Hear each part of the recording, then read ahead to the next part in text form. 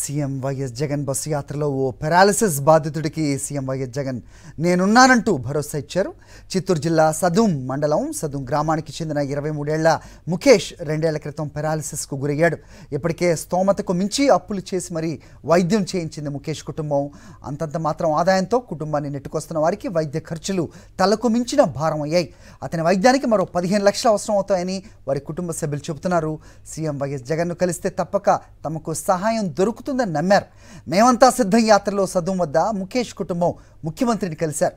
CM YS Jagan వారిని bus వద్దకు పిలిపించుకుని అతడి ఆరోగ్య పరిస్థితిని అడిగి తెలుసుకున్నారు. ఖచ్చితంగా ప్రభుత్వం ఆదుకుంటుందని భరోసా ఇచ్చారు. ముఖేష్ వివరాలను తీసుకోవాలని ఆరోగ్యశ్రీ అధికారులను కోరారు. ముఖ్యమంత్రి ఇచ్చిన భరోసాతో తమ బిడ్డ మళ్లీ మామూలు మనిషి అవుతాడనే నమ్మకం కలిగిందని ఆ కుటుంబం సంతోషం వ్యక్తం చేస్తోంది.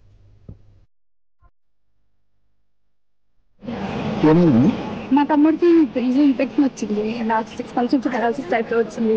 దానికోసం కన్ఫర్మ్ చేసిన $15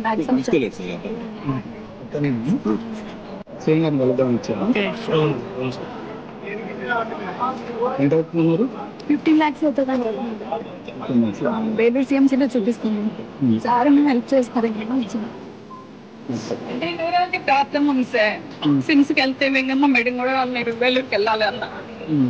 2017 నుంచి ట్రీట్మెంట్ చేస్తాను. నా దగ్గర ఉన్న డబ్బులు మా వేలు మొత్తం అమ్ముకుని చూపించను. అయినా కానీ డబ్బులు సరిపోవడం.